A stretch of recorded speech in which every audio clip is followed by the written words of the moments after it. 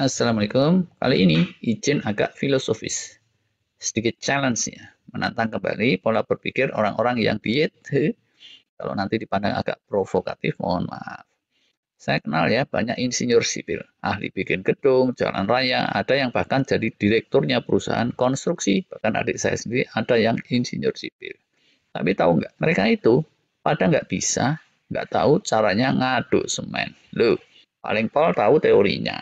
Justru yang bisa nggarap tembok secara halus gitu, cepat, ngaduk semennya juga terampil, itu tuh bukan yang insinyur. Nah, bener kan ya? Soal kesehatan, kenapa sih orang yang nurunin berat badan sering gagal? Filosofinya itu mirip. Gagal turun berat badan, itu seringnya karena urusan diserahkan bukan kepada ahlinya dan filosofinya salah. Ini kayak bercanda tapi serius. Coba kalian datengin rumah sakit. Dokter-dokter ahli coba dicek. Nggak semuanya langsing ramping. Awet muda juga nggak semua. Nah, jadi kalau mau turun berat badan, nggak bisa juga tuh ngandelin dokter-dokter. Apalagi ngandelin diri kalian sendiri. Yang klasik tuh ya, klasik tapi salah. Diet itu hitung-hitungan kalori. Kalori in, kalori out. Hadirin, hadirat. Yang duduk bagian dalam, hadir in. Yang di luar, hadir out. Plesetan. Kalori yang masuk diusahakan tekor di bawah kebutuhan kalori harian. Bla bla bla. Seringnya itu gagal. Lawang nurunin berat badan kok pakai ilmu berhitung tambah kurang. Malah pakai pelajaran matematika SD pula. Kalau SMP aja itu udah meragukan, ini SD sisan. Ya akui aja lah, penurunan berat badan itu jauh lebih rumit dari itu. Hati kecil kita tidak tahu. Detailnya seperti apa? Oh boy. Jangankan kita orang-orang awam, yang beneran spesialis gizi klinik, wes dah, pahamnya itu nggak 100%. Atau kalaupun paham mendekati 100%, paham teorinya aja, prinsip-prinsipnya aja, tapi dalam prakteknya ya kayak insinyur sipil tadi. Bener sih, ahli konstruksi jalan tol. Tapi ngaduk semen, 5 menit udah teler. Menit ke-10, tepar. Nah, terus gimana caranya insinyur itu bikin jalan tol ratusan kilometer? Ya biasa. Mereka itu yang direktur, insinyur itu memposisikan diri jadi perancang, pengarah, dan jadi bohir. Tapi pekerjaan-pekerjaan aktualnya itu dibagi-bagi, diserahkan pada ahlinya, itu kepada para tukang-tukang jalanan. Nurunin berat badan, kalau mau sukses mesti gitu juga. Janganlah kalian jumawa, sok ingin melaksanakan kerjaan-kerjaan aktualnya. Sok ingin menjalankan di actual work. Nih, itu bukan kalian-kalian. Udah deh, kalau kalian ahli dikit aja di situ, dari awal kalian udah langsing singset, nggak pernah ada masalah body. Ngaku aja lah. Dokter-dokter aja pada nggak bisa, apalagi kalian. Atau si kokom, tukang lotek. Kalau bikin lotek sih, ngulek sendiri, racikannya bisa maknyus. Tapi kalau suruh nurunin berat badan, mulainya dari mana? Bingung. Mau nanya dokter Eis, ngasih Eis sendiri aja beratnya 80 kilo. Caranya supaya berhasil, kita jangan coba-coba ngelakuin sendiri pekerjaan aktualnya. Kita juga mesti memposisikan jadi bohir persis kayak para insinyur tadi.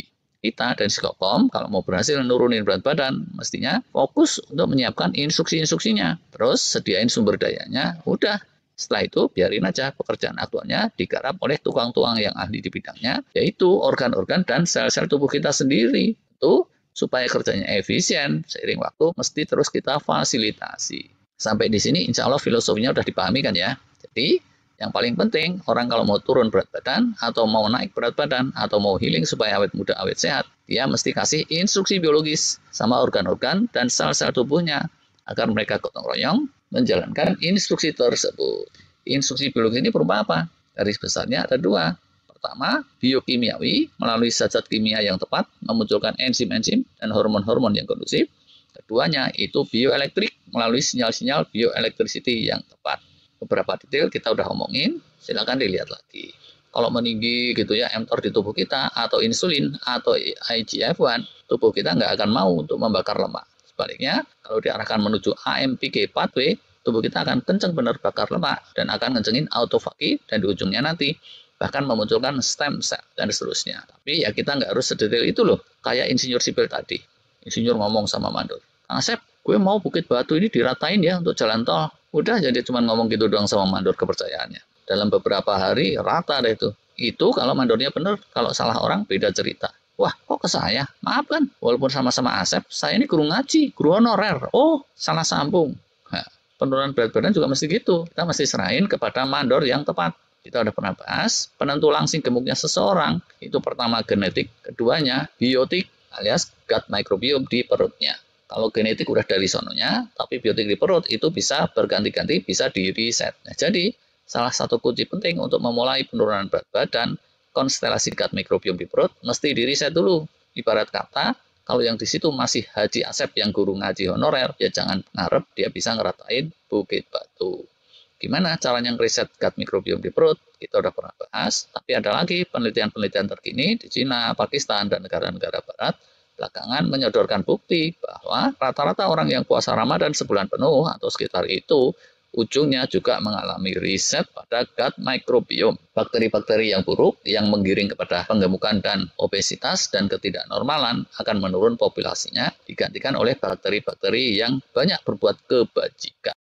Dia itu amat bisa memberikan instruksi-instruksi biologis yang sifatnya biokimiawi dan bioelektrik juga agar sel-sel di segenap tubuh bergotong royong menggarap misi-misi tertentu yang baik-baik. Ini terkait nih dengan yang pernah kita bahas, poros antara perut dan otak atau gut-brain axis. Detailnya itu untuk para ahli, tapi untuk awam pahamilah bahwa perut kita itu dan konstelasi mikrobiota yang ada di situ beneran bisa kasih instruksi kepada sel-sel di tubuh kita, dan itu menjadi salah satu langkah penting kalau kita mau menormalisasi diri, mau menormalisasi berat badan. Hasil riset tadi yang dirujuk banyak ahli mengindikasikan bahwa puasa Ramadan yang seperti apa sih yang bisa memperbaiki konstelasi mikrobiom. Ternyata nggak aneh-aneh juga, itu yang biasa-biasa saja, yang standar-standar aja. Lawang penelitiannya itu untuk masyarakat luas kok, bukannya masyarakat pesantren atau tarekat tertentu yang punya disiplin-disiplin khusus. Good news kan ini, yang kelasnya standar aja udah bisa, alhamdulillah banget. Balik lagi ke ilustrasi insinyur tadi ya. Begitu tukang dan mandornya siap, kalau dikasih instruksi untuk ngeratain bukit, mereka bisa segera ngeratain bukit. Sebaliknya, kalau instruksinya bukit itu suruh diperkuat dengan struktur beton, itu juga bisa, dan terus nggak akan diratain. Gitu kan ya. Untungnya di sini, berbeda dengan si Asep dan para tukang, dapat instruksi pun mereka kadang masih selengean sesuka hati, sel-sel di tubuh kita, itu nggak kayak gitu. Mereka senantiasa bertasbih kepada Allah, walaupun kita nggak tahu cara tasbihnya. Gitu kan ya menurut Quran. Menurut penelitian ilmiah gitu juga. Mereka itu selalu dan selalu mengikuti hukum alam, bukan kayak manusia yang di berita-berita nggak jelas. Jadi kalau bio-instruksinya udah jelas, mereka terima, mereka akan langsung siap melaksanakan, nggak pernah ngeyel.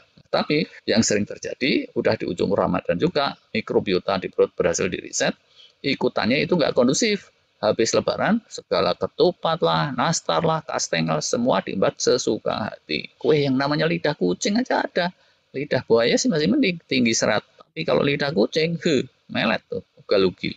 Nah, kalau habis lebaran sesuka hati, yang muncul bukannya instruksi biologis untuk ngerontokin lemak dan sel-sel peot, tapi malah sebaliknya, kasih sinyal kepada segenap sel untuk leha-leha, males-malesan, dan menimbun lemak tambahan. Mikrobiota yang udah bagus-bagus diriset sama puasa Ramadan, sedikit demi sedikit ambiar lagi kegusur sama mikrobiota yang jelek. Kebanyakannya tuh kayak gitu. Sebenarnya udah setengah jalan, udah dapat bola matang di depan gawang. Tapi setelah lebaran, tubuh bukannya lebih langsing, malah tambah blabar sak beca. Walah, sasis bajai pun terus sampai meleo. Harusnya tuh ya, habis lebaran, kita itu bisa secara sadar berusaha memunculkan survival mode di tubuh kita. Dan mending ini kita bahas pada bagian selanjutnya. Terima kasih.